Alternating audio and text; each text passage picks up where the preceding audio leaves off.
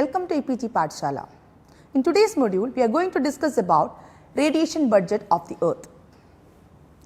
Earth's primary energy source is the solar energy, which is considered as one of the fundamental energy of nature, which maintain the dynamics of energy flow for the natural ecosystem services. Every entity of the natural world radiates and absorbs electromagnetic radiation. As photon flux from the sun, which is known as insolation, that enters into the Earth's atmosphere, it interacts with atmospheric aerosols, cloud particles and other atmospheric molecules. Thereafter, the residual resultant fractions are redistributed within the Earth's atmospheric system. The stratified layers of the Earth's atmosphere regulate net energy dynamics in terms of maintaining a thermodynamic equilibrium at any particular location over an extended period of time. Scientists refer this process as global radiation budget that is primarily based on the law of energy conservation. The main source of incoming shortwave radiation on the Earth's surface is the sun. The amount of radiation that is received depends on solar altitude and the transmissivity of the atmosphere. In the absence of clouds, a major fraction of incoming shortwave solar radiation reaches the surface and part of it is reflected back into outer space. The rest portion gets absorbed by the Earth's surface. The Earth subsequently emits a fraction of this absorbed energy as infrared radiation. Energy exchange processes between the Earth's surface and the atmosphere entails warming of the atmosphere close to the Earth's surface and also provides energy to drive the general circulation within the atmosphere. The net absorbed radiative energy in the Earth atmospheric system is transformed into non-radiative forms that get partitioned to heat up the air, ground and provides the energy to hasten evaporation.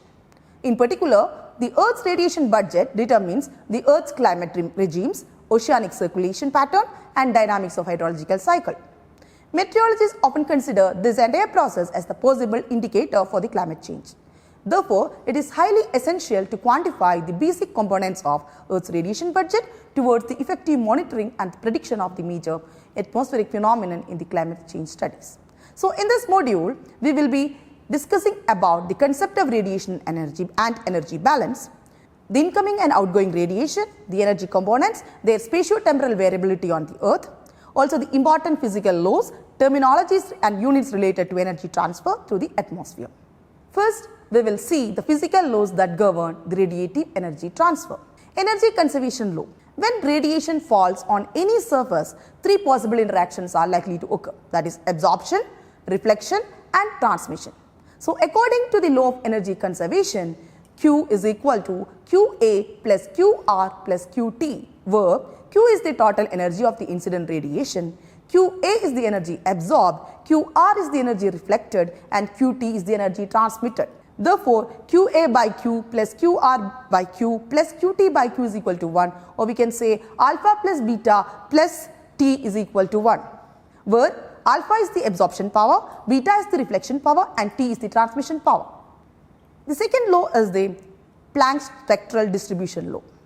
This law describes the spectral distribution of emitted radiation as a function of wavelength and physical or kinetic temperature of the black body surface, and it is expressed as B lambda is equal to S lambda T, which is equal to 2 pi hc square by lambda 5 multiplied by 1 by e to the power ch by lambda kt minus 1, which is equal to c1 by lambda 5 into 1 by ec2 by lambda t minus 1, where B lambda is the Planck function derived using the Boltzmann statistics. S lambda t is the spectral emittance, which is expressed as watt per meter square per micrometer per steradian. Lambda is the wavelength of the radiation and the unit is meter.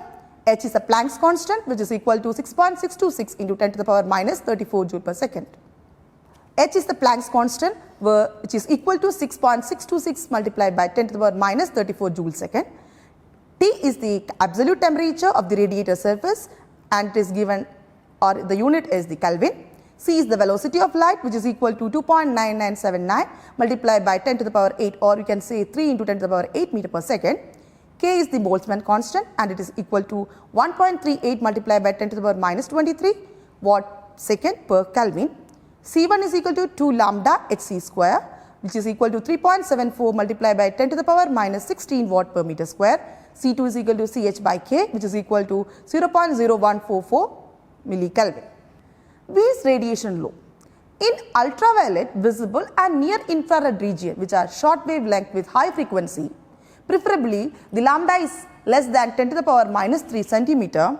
Short wavelength with high frequency, preferably lambda is less than 10 to the power minus 3 centimeter. The exponent factor in the Planck spectral distribution law becomes large. Therefore, the constant factor may be ignored in the denominator sector and is expressed as B lambda is equal to C1 by lambda 5 multiplied by e to the power minus C2 by lambda t. The expression on the energy distribution pattern in blackbody spectrum is called Wien's radiation law. In this Wien region, lambda, which is less than 10 to the power minus 3 centimeter, the Planck function bears highly nonlinear relation with the atmospheric temperature. The next one is the Rayleigh-Jeans Radiation Law. At terrestrial temperature T, for long wave spectrum with low frequency of the electromagnetic radiation, which is in the microwave region, that is lambda, which is greater than 0.5 centimeter, the exponent factor of Planck's spectral distribution expression becomes small, and hence the exponential approximation may be expressed as e to the power C2 by lambda t is equal to 1 plus C2 by lambda t. Therefore, following the asymptotic expansion of Planck's spectral distribution law, the expression becomes B lambda is equal to C1t by C2 lambda to the power 4. In atmospheric physics, this expression is called Rayleigh-Jeans law of radiation, and the spectral region where lambda is greater than 0.5 centimeter is called the Rayleigh-Jeans region, where the Planck function is linear to the temperature T. The next one is the Stefan-Boltzmann law. The Planck spectral distribution law confirmed that the blackbody radiant intensity increases with the absolute temperature and the wavelength of the maximum intensity decreases with increasing blackbody temperature. If we integrate the total emittance over the entire electromagnetic spectrum, the emitted blackbody radiant flux density emitted blackbody radiant flux density, that is E lambda, is obtained by integrating the Planck function over the entire wavelength region and is expressed as Stefan-Boltzmann law. E lambda is equal to integrals 0 to lambda.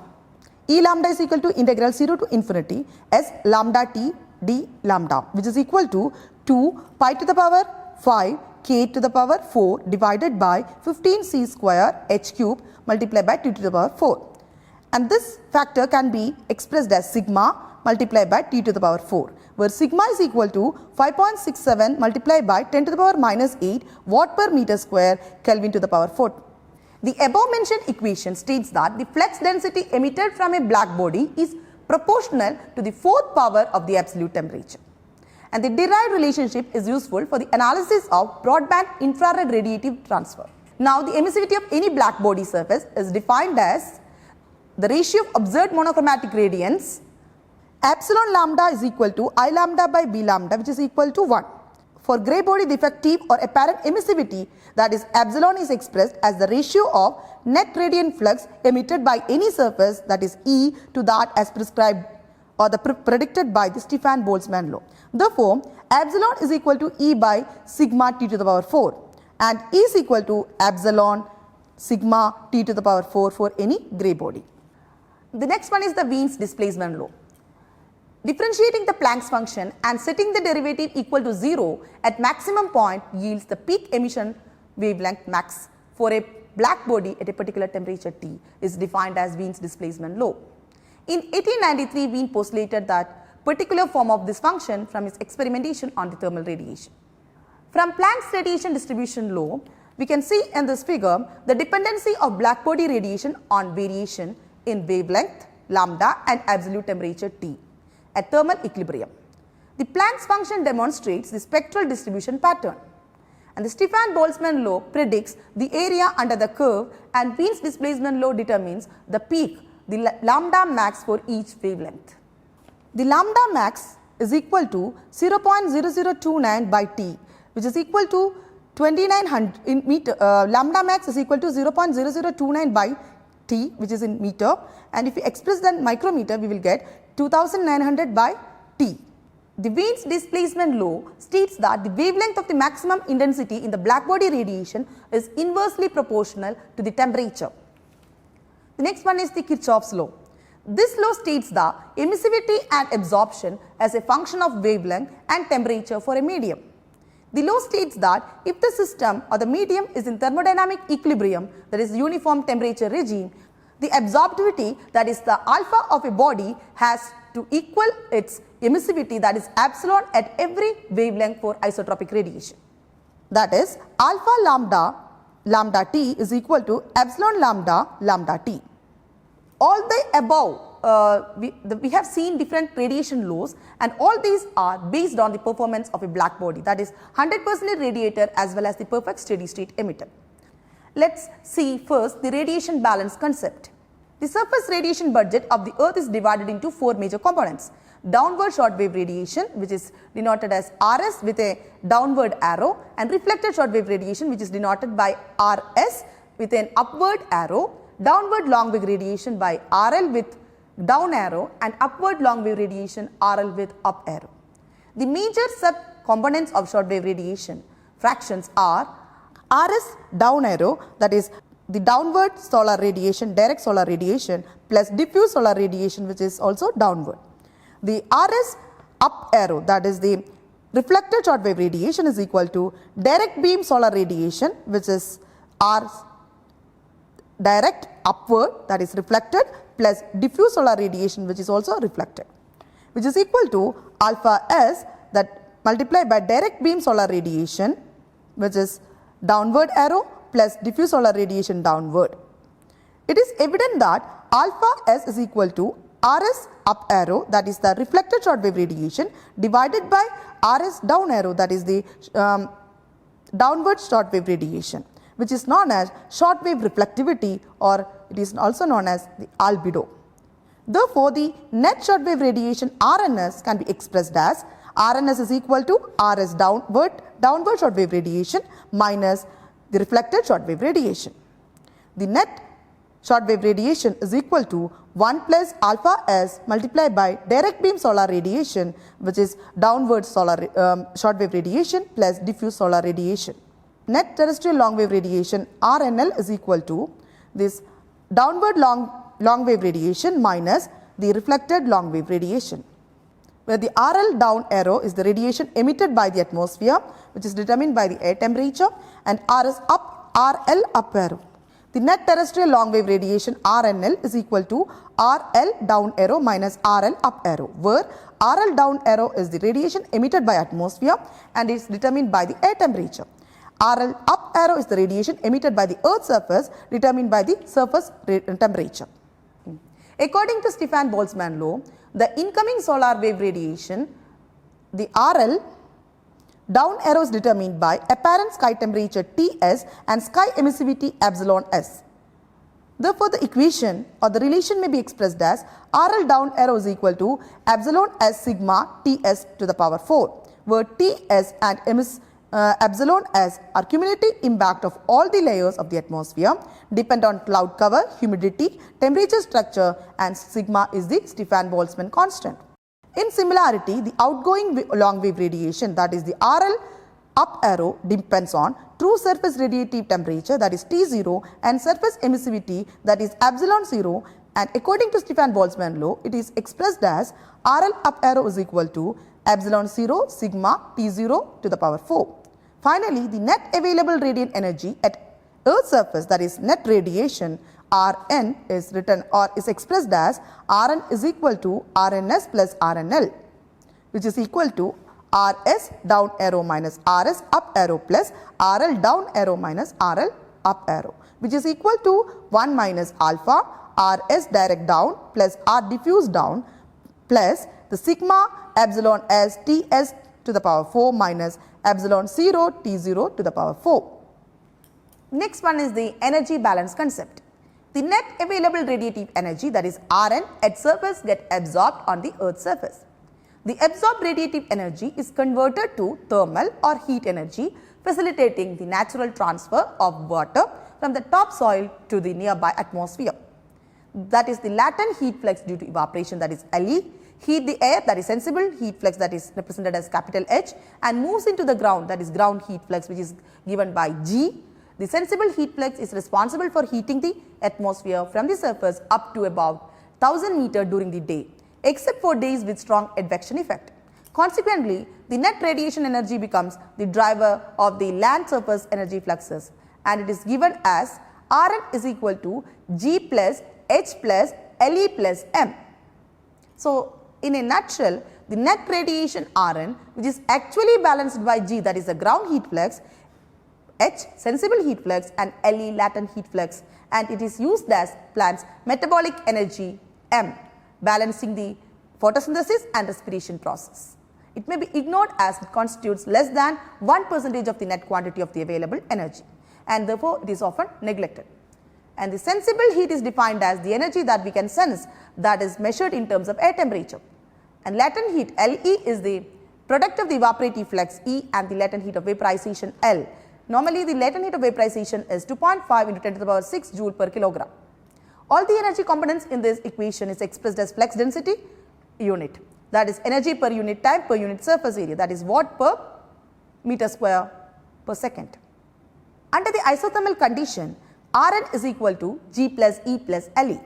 Over 24 hours in a day, the cumulative G is equal to 0, and net assimilation of photosynthates, the net assimilation of photosynthates are very small, those it may be ignored. Therefore, Rn is equal to H plus Le. Rn by L, therefore, we'll start good. Therefore, Rn is equal to H plus Le. Rn by Le is equal to H by Le plus 1, which is equal to the acid plus 1, where acid is the Bowen ratio. The land surface features often control the relative partitioning of the net radiation into Le and H components based on available surface moisture. The next one is the dynamics of incoming and outgoing radiation. The sign convention. The components of the radiation and the energy balance equations must accompany either a positive or a negative sign based on the direction of energy transfer. Radiation and energy fluxes are considered as negative to the surface if they transport energy away from the surface, that is removes energy, while downward energy movement towards the earth's surface is considered as positive to the surface. Shortwave radiation reaching the ground either from sun or sky is considered as positive, and its reflected fractions are considered as negative to the surface. For long-wave radiation, similar sign conventions are used. The sign for the net radiation is as per the resultant sum of the gains and the losses, that is to and from the surface. This figure shows the short-wave and long-wave radiation balance during day and night time. During daytime, the domination of short-wave incoming solar radiation over the outgoing long-wave radiation, that is OLR, from Earth's surface results positive Rn availability on the soil surface. In contrast, the absence of Rs downward during night leads to dominance of OLR over incoming long wave radiation that turns Rn into negative and IT. It's clear in these two figures, figure A and B. For any real surface, the heat capacity of the surface objects such as building, plant canopy, etc. play a crucial role for balancing the energy dynamics of the Earth's surface. A finite section of energy is often partitioned into the change in stored energy content of different physical objects. That is delta Qs that present in the atmospheric layer adjacent to the Earth's surface, which is near the boundary layer. Therefore, the energy balance equation becomes Rn is equal to G plus H plus Le plus M plus delta Qs. However, over an open field, the delta Qs fraction is negligible, and the observed variability in radiation and surface energy balance dynamics over 24 hours in a day is displayed in this figure, in these figures. The energy partitioning often experiences a high degree of spatio-temporal variability that determines the mean climate condition and its associated variability. In this figure, the year-round daily average solar radiation intercepted at the top of the Earth's atmosphere across different latitudes is displayed. Sun, the major energy source of the Earth. In this figure shows the radiation budget of the Earth, especially the short-wave radiation. The most important and widely accepted principle of climate science relies on the fact that solar energy is the main source of energy for Earth's climate system that control the net energy budgeting and the hydrological cycle. The energy is generated from the fusion reaction with the conversion of 4 hydrogen atoms into single helium atom in the core portion of the sun that results in minute reduction of the sun's mass. The solar radiation is comprised of ultraviolet 5%, ultraviolet radiation, visible radiation 40% and infrared radiation 55% regime of electromagnetic radiation. The upper air ozone layer absorbs radiation with less than 0.29 micrometer wavelength, thus protects the life form on earth from the detrimental effect of harmful cosmic and UV rays. If we consider the total shortwave radiation received at the top of the atmosphere as 100%, then while passing through the atmosphere under clear sky condition, around 35% are reflected back to space. Cloud droplets reflect 27%, atmospheric gas molecule reflects 6% and snow or ice covered areas of the earth reflects 2%, majorly contributes in the shortwave scattering in the space. The remaining 65% get absorbed by the earth atmosphere system, 14% by earth's atmosphere and 51% by the earth's surface. So you have seen scattering and absorption and the reflection of the shortwave radiation while passing the radiation from the sun to the earth. Now we will see the radiation budget of the earth with respect to long wave. As 35% of the total insolation is reflected back as albedo, the balance of long wave radiation accounts for the remaining 65% of short wave radiation. And for long wave radiation, the earth's surface radiates back 51% of long wave terrestrial radiation, out of which 17% are radiated to space directly and remaining 34% are absorbed by the atmosphere, 6% directly by the atmosphere, 9% through convection and turbulence and 19% through latent heat of condensation. The daytime insolation is the major source for rest 15% of long wave radiation. Finally, the 48% of the terrestrial long wave radiation gets absorbed by the atmosphere. That is 14% from insolation and 34% from terrestrial radiation is absorbed by the atmosphere. That is also radiated back into the space. Thus, the total radiation returning from the earth and the atmosphere is 17 plus 48%, that is 65%. That balance the net 65% short wave radiation received from the sun. It is clear from this figure. The cloud cover often reduces the earth's surface energy availability from the solar radiation. The clouds and the earth's radiant energy system (CERES) installed on aboard NASA's Aqua and Terra satellites are used for the quantification of the reflected shortwave and emitted long-wave radiation, aiming to determine the total radiation budget of the earth. The amount of radiation received on earth's surface is often affected by the nature of the surface, that is reflectivity of the surface, incident sun angle, the nature of output from the sun and cyclic seasonal variation of the earth's orbit. Now we will see what are the factors affecting the global radiation balance. The first factor is Earth's rotation. Earth's rotation causes daily variation in net radiation. During daytime, the net radiation is positive, while during night time it becomes negative because of no incoming shortwave radiation. The second factor is the Earth-Sun geometry. It causes annual variations in net radiation, thereby affects global radiation balance. During winter, the amount of incoming shortwave radiation received is less, which leads to less net radiation, and vice versa happens during the summer. And the third factor is the latitude. Equator receives more incoming shortwave radiation, which leads to more net radiation than near poles. The fourth factor is altitude. With increase in altitude, there is less atmospheric reflection, scattering or absorption, which leads to more incoming shortwave radiation received at the surface as well as less incoming long wave radiation. This leads to more positive net radiation during day than at sea level, while during the night it becomes more negative than at sea level. And the fifth factor is surface color. Darker the surface has lower albedo, which leads to lower shortwave radiation and higher net radiation. The sixth factor is the cloud, dust and the pollution factor. Clouds, dust and pollutants absorb the shortwave radiation and longwave radiation and have direct radiative forcing, which varies between -0.2 to -1.1 watt per meter square. Under cloudy skies, daytime the net radiation at surface is less positive than clear skies, while it is less negative at night time, as clouds act as barrier to the long wave radiation and it re-radiates back to Earth's surface. And the last factor is the meridional heat transport. net radiation is surplus at low latitudes, which is less than 40 degree north or south, and deficit at high latitude, which is more than 40 degree north or south. Energy is transported from the surplus to the deficit region, that is poleward transport, by ocean currents, that is around 1/3, warm cold winds, sensible heat, it is also 1/3, and moisture in air, which is latent heat, by 1/3. Thus, it prevents overheating at low latitude and overcooling at high latitude. This is known as meridional heat transport. This figure shows the meridional heat transport, and the figure which is at the right side shows the spatial variability in global annual radiation budget. So, to conclude, we have seen the important physical laws governing radiative heat transfer. We have also seen the radiation balance and the energy balance, incoming and outgoing radiation, the energy components, their spatiotemporal variability on the earth, and the factors influencing the earth radiation's budget. The global energy balance approach encompasses the delicate budgeting, providing the information on the role of positional influence, vertical structure of the temperature, and energy profile of the atmosphere to maintain the radiative equilibrium between atmosphere and earth surface. It explains the natural greenhouse effect and provides the skeleton for numerical models formulation based on the natural feedback system that aim to improve understanding of ecosystem energy exchange processes.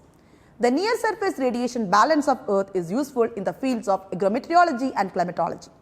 It also helps to determine the climate of any region, the determination of the surface radiative properties like albedo, emissivity, etc. helps to determine the net radiation as the input component of the the surface energy budget, also to determine the apparent surface temperature from the space, also to study the radiative cooling or warming processes of the planetary boundary layer, and also to parameterize the surface heat fluxes to soil and air in terms of net radiation. Thank you.